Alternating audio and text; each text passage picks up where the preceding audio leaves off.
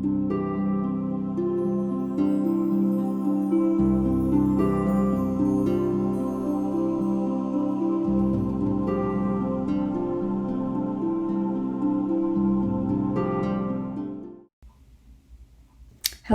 it's August 2020, and my name is Dr. Laura Basha. Welcome back. I thought I would talk today a little bit about perception. It's a lot of all my work really over these last decades has been about thought, understanding how our thinking creates our experience, and what thinking are we paying attention to? And I just came across this little book that I've had for a long time. It's a very well-known book. A lot of you maybe have it or certainly have heard of it. It's called Accept This Gift.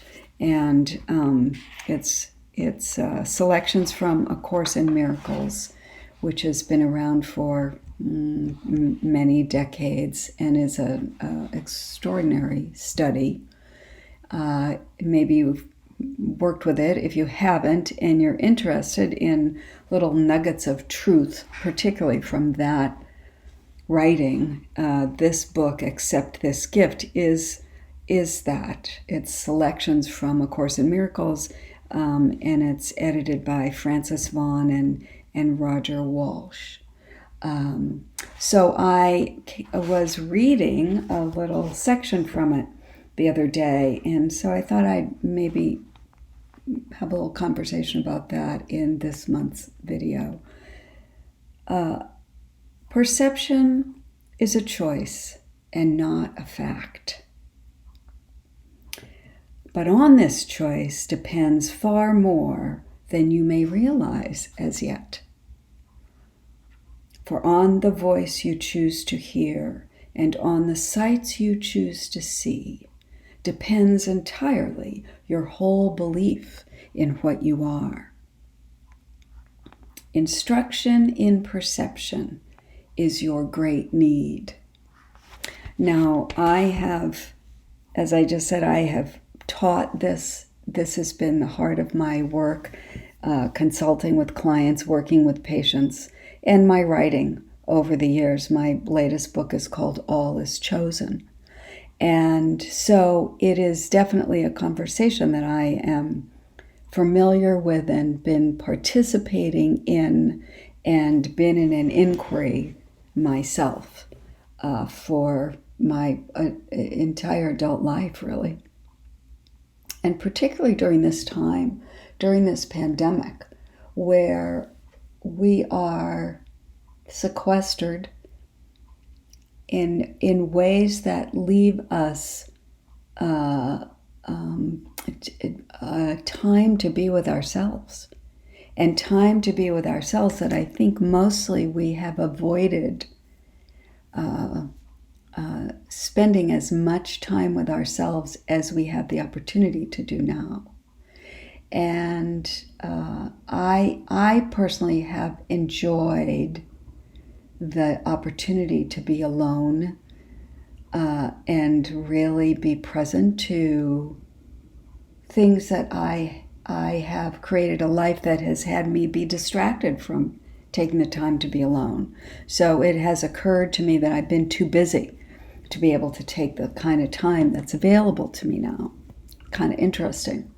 So I love using that time for my creative work. I love using my time for things like doing these monthly videos.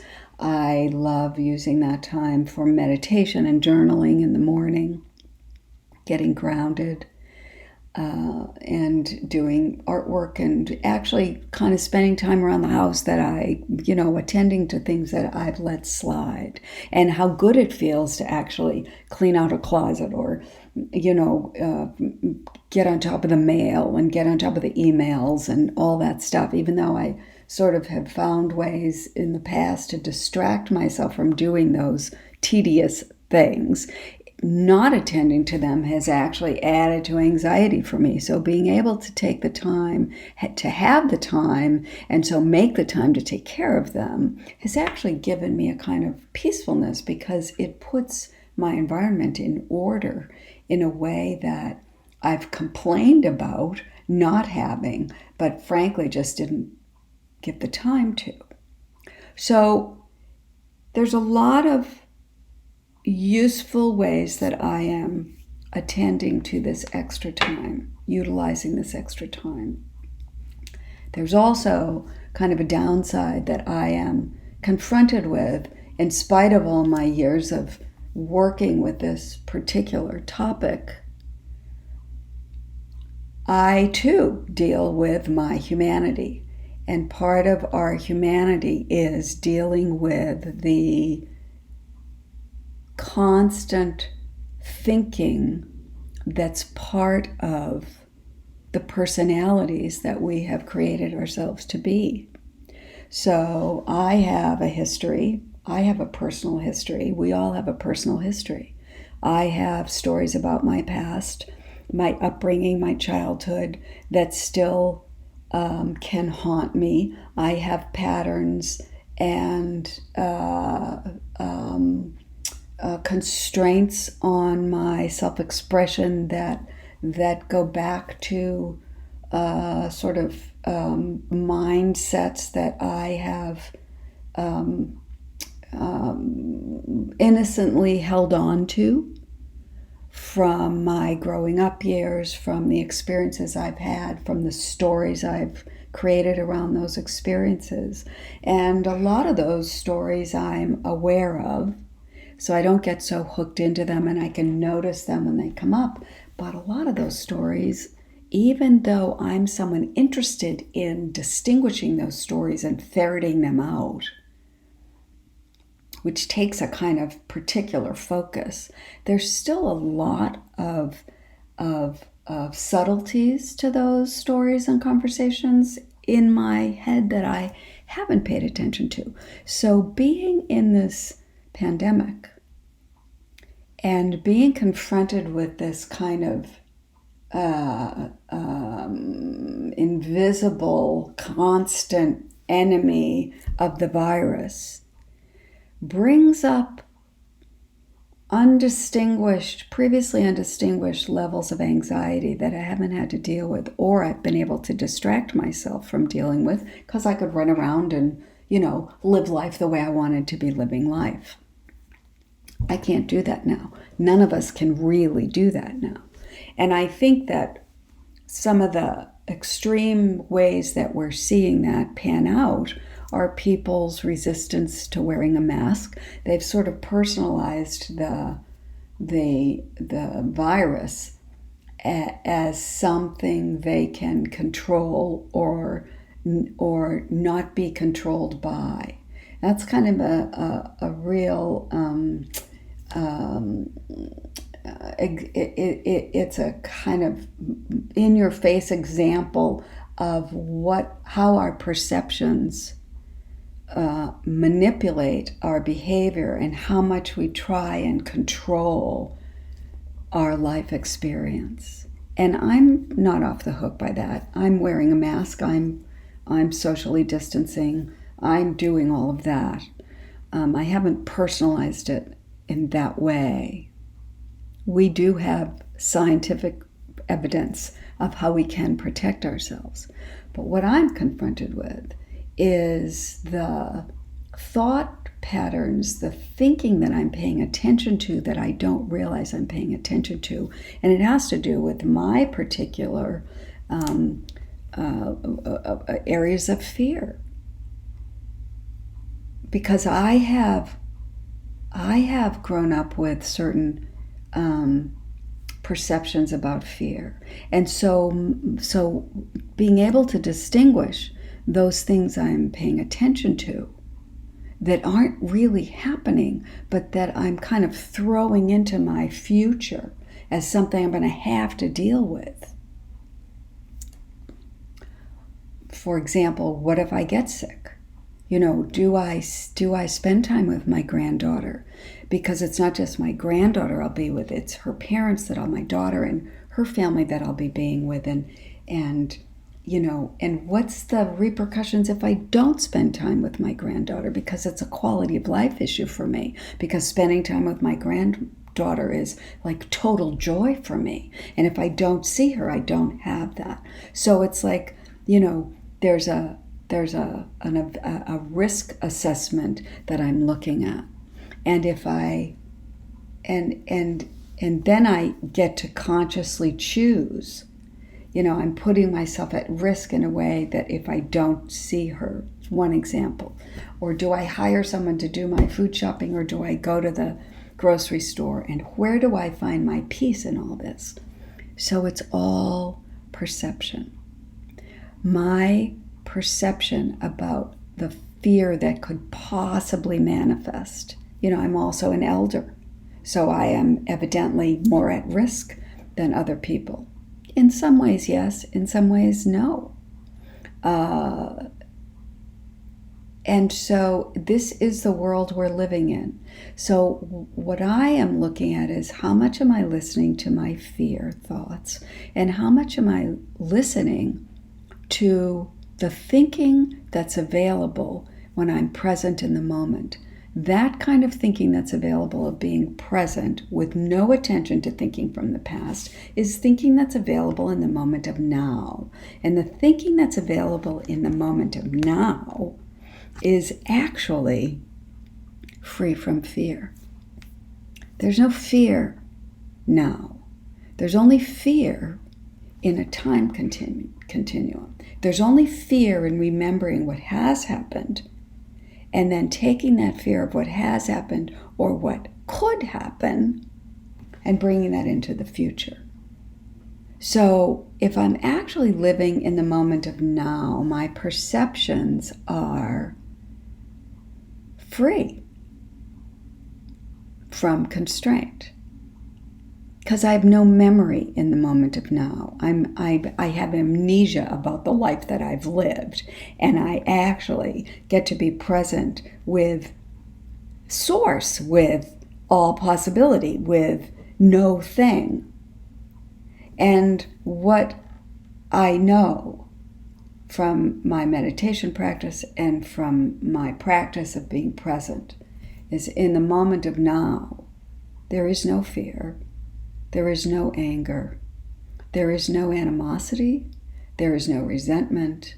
There is no contempt. There is no disappointment. There's no sadness. There's no loss. There's no suffering, which is a very interesting perspective to be looking at life from.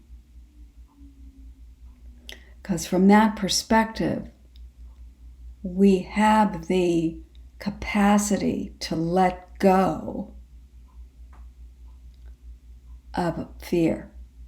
And we have the capacity to tap into possibility and to see what could be, to see the actual possibility of the best case the best scenario that we can envision manifesting. And to be able to stand in that perception and to see the possible beauty and love and healing and compassion and unity and true power that's available to us gives a buffer to sort of coming back to that human machinery way of thinking of the past and into the future. It gives us a buffer perspective to see, wait a minute, maybe I could be dealing with this situation with common sense and maturity and responsibility, and free myself from worry and be informed by wisdom and common sense, and actually enjoy my life given the circumstances that are happening. when I actually stand in that place, I can let go of all the disharmony that is available to me and that is kind of habitual to my human self. And I can stand in the eternal self, which is who I truly am, and which is one with your eternal self. And when we can tap into that, even for a minute, to see the oneness that is real, that is reliably consistent, and the only thing that never changes. Don't take my word for it. Practice in the laboratory of your life. Practice being present, however that makes sense to you. Go out in your garden and just be with the beauty of your garden. I'm looking at my garden right now. Or, however, meditate. However you get present to the moment with no attention to thinking from the past. That's what happens with my granddaughter, by the way. Completely present with her. Practice aligning with that timeless, eternal moment of now, and experience for yourself how all your concerns melt away in being present in that timeless moment.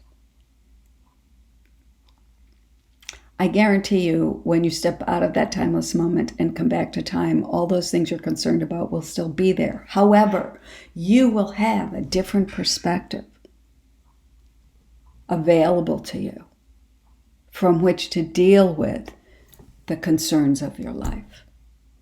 So you'll have access to more wisdom, more common sense, more equanimity, more joy, more love as you deal with the circumstances you have to deal with. And you will give yourself the blessing, if you will, of enjoying life at the same time you're dealing with it. You will give yourself the possibility of appreciation and gratitude while you're dealing with the things that are challenging and need to be dealt with. So I hope this was helpful. It's an ongoing walk for all of us. We're all growing and developing. Just what are we paying attention to? What are we listening to? What perception are we going to choose to live our life from? I wish you well, and I hope to see you next time. Take care.